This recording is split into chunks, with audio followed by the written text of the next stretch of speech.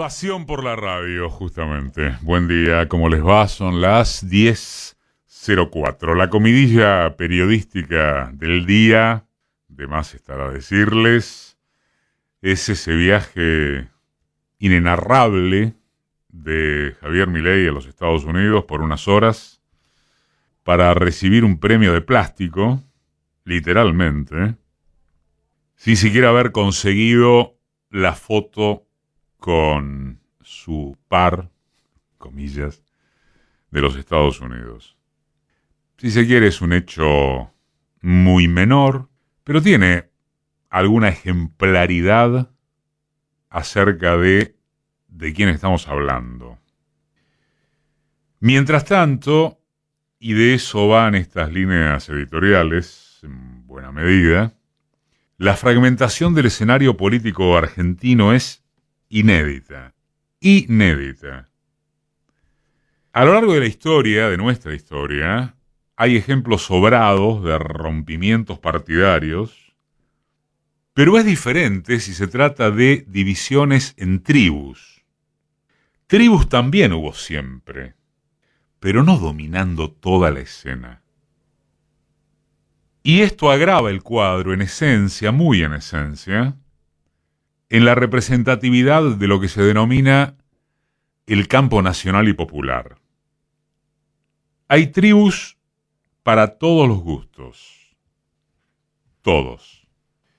Están quienes prefieren llamarlas ligas o sectores, porque por supuesto resuena menos agresivo. Por ejemplo, cementa a la Liga de los Gobernadores, que tradicionalmente agrupaba, o se decía que agrupaba, a los intereses de las provincias contra el centralismo porteño. Pero ahora resulta que, además, debe diferenciarse entre los gobernadores con y sin peluca, sumado al cordobesismo, que sí se mantiene en jugar solo para un lado y otro, según las conveniencias de cada circunstancia. Ni hablemos del sindicalismo. Eso es un show de tribus. Y ni hablemos del carácter tribal en las intendencias bonaerenses, en particular del conurbano. Atención, el esquema se repite en prácticamente todos los territorios provinciales, pero carece de rebote en los medios de alcance nacional, y entonces parece que solo es cuestión del gigantesco entramado de la provincia. No es así, ni de lejos. Quien viva en capitales, ciudades y pueblos del interior conoce perfectamente que la política local incluso divide a las tribus en carpas. En el caso de la provincia de Buenos Aires, el tema se potencia a raíz de la contienda cada día más marcada y muy probablemente al borde de la ruptura. Repetimos, muy probablemente al borde de la ruptura entre las huestes que responden al gobernador y quienes lo hacen en respaldo a la expresidenta.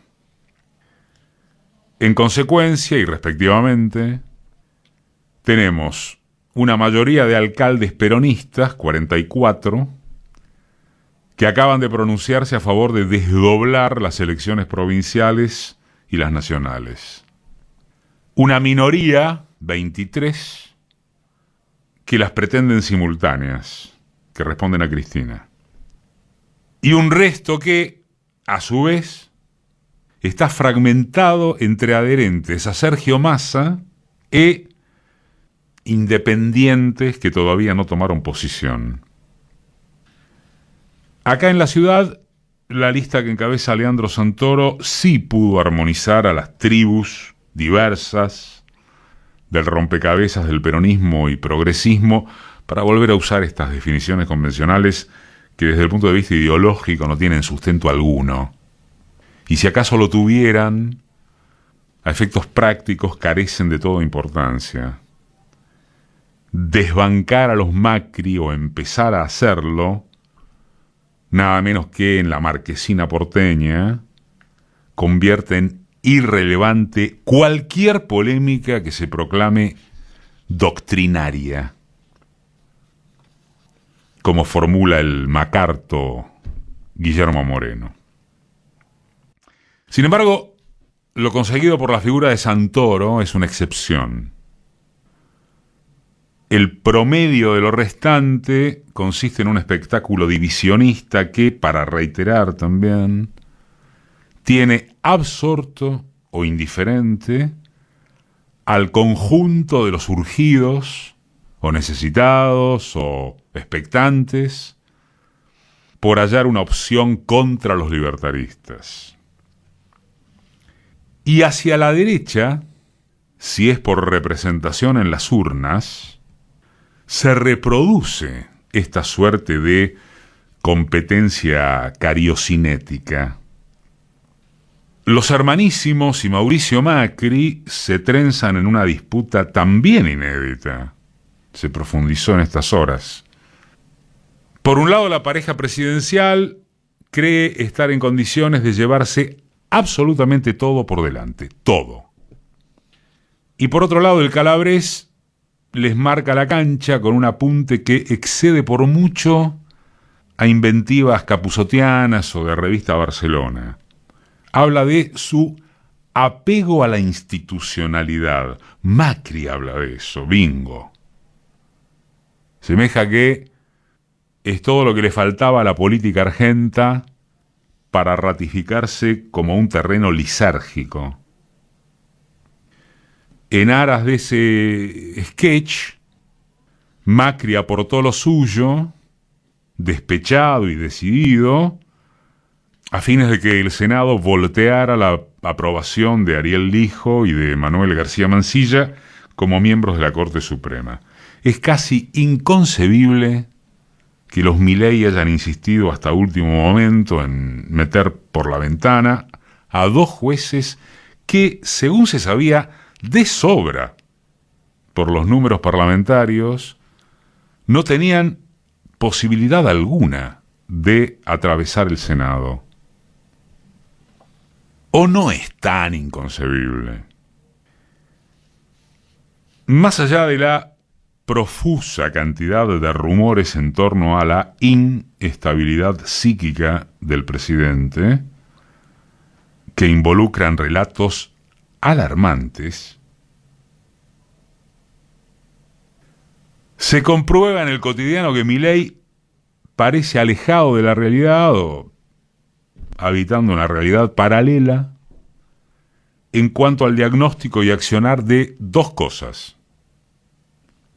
Una es su prescindencia total respecto de cómo construir base de apoyo político para la aventura extremista que encabeza formalmente. Con la salvedad de sus loros mediáticos, que sin solución de continuidad están dispuestos a inmolarse en el altar del ridículo, no hay jornada, ni una, en la que Milei no destruya toda posibilidad de puentes con sus aliados. Cree y opera sobre la seguridad de que le alcanzará y sobrará in eternum con la imagen positiva en alrededor de una mitad social, poquito menos. Y la otra cosa es cómo ignora aspectos elementales del funcionamiento geopolítico, de cuáles son las efectividades conducentes de Donald Trump y del verdadero cepo que el Fondo Monetario le impone a este culo del mundo en cuanto a sus chances de desarrollo productivo. Las acciones de las empresas argentinas en Wall Street, por cierto, esto atañe al mercado global o al global de los mercados, se derrumban. El riesgo país ha vuelto a dispararse. Recordemos, el riesgo país es lo que estipula qué posibilidades de acceso al crédito se tiene y por lo tanto impide toda posibilidad de conseguir financiación a tasas razonables. La bolsa también se hundió La cotización del dólar sugiere nada más que su trepada. Hay problemas constatados en el board del fondo para la concesión del desembolso inicial a la Argentina. Y Mauricio Claver Carone, esto queremos subrayarlo, referente en jefe del Departamento de Estado para América Latina, advierte que si los argentinos pretenden apoyatura incondicional, deberán correr a China de su asistencia financiera y de su penetración en materia de obras de gran porte, claro. Lo dijo así Claver Carone, ¿eh? ¿Quieren la plata del fondo? Esta es una de las condiciones. China afuera. Empero, Jamoncito no para en su onanismo trampista. Si algo debe reconocérsele, es la vocación inclaudicable de entreguismo, para decirlo en un lenguaje panfletario cuyo lugar común es indesmentible.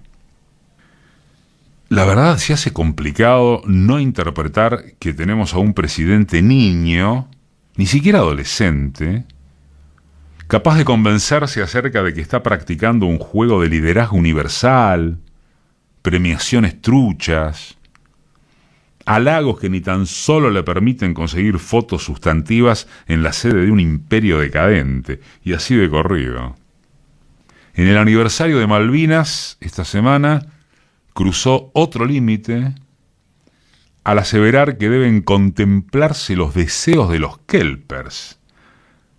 Oigan, más cipayo no se consigue. Pero el problema es que este tipo de actitud repugnante no es ni apenas constitutivo de alguna política exterior superadora de la mera agachada.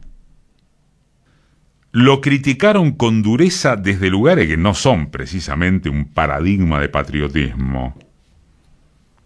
Y después de que dijo lo que dijo, salió a tratar de explicarlo la comandante Pato, justo ella que además tropieza con el vocabulario cada dos palabras, y quien todos los miércoles sigue gastándose su sed represiva contra jubilados y manifestantes.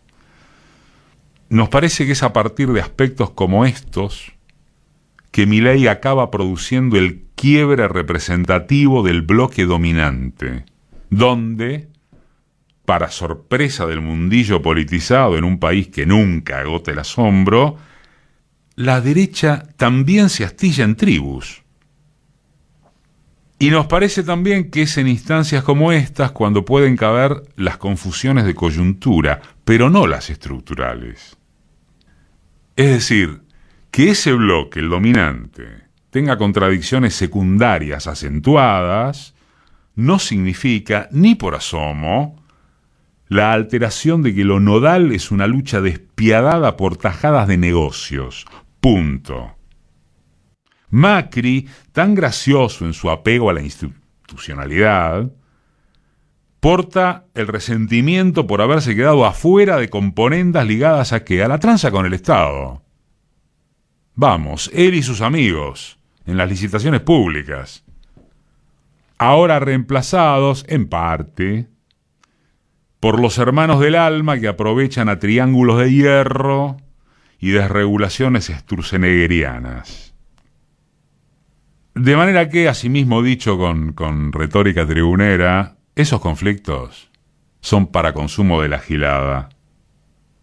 El nudo auténticamente dramático es ese de las fuerzas de aquel campo nacional y popular que no logran ponerse de acuerdo ni en táctica, ni en estrategia, ni en nombres, ni en nada.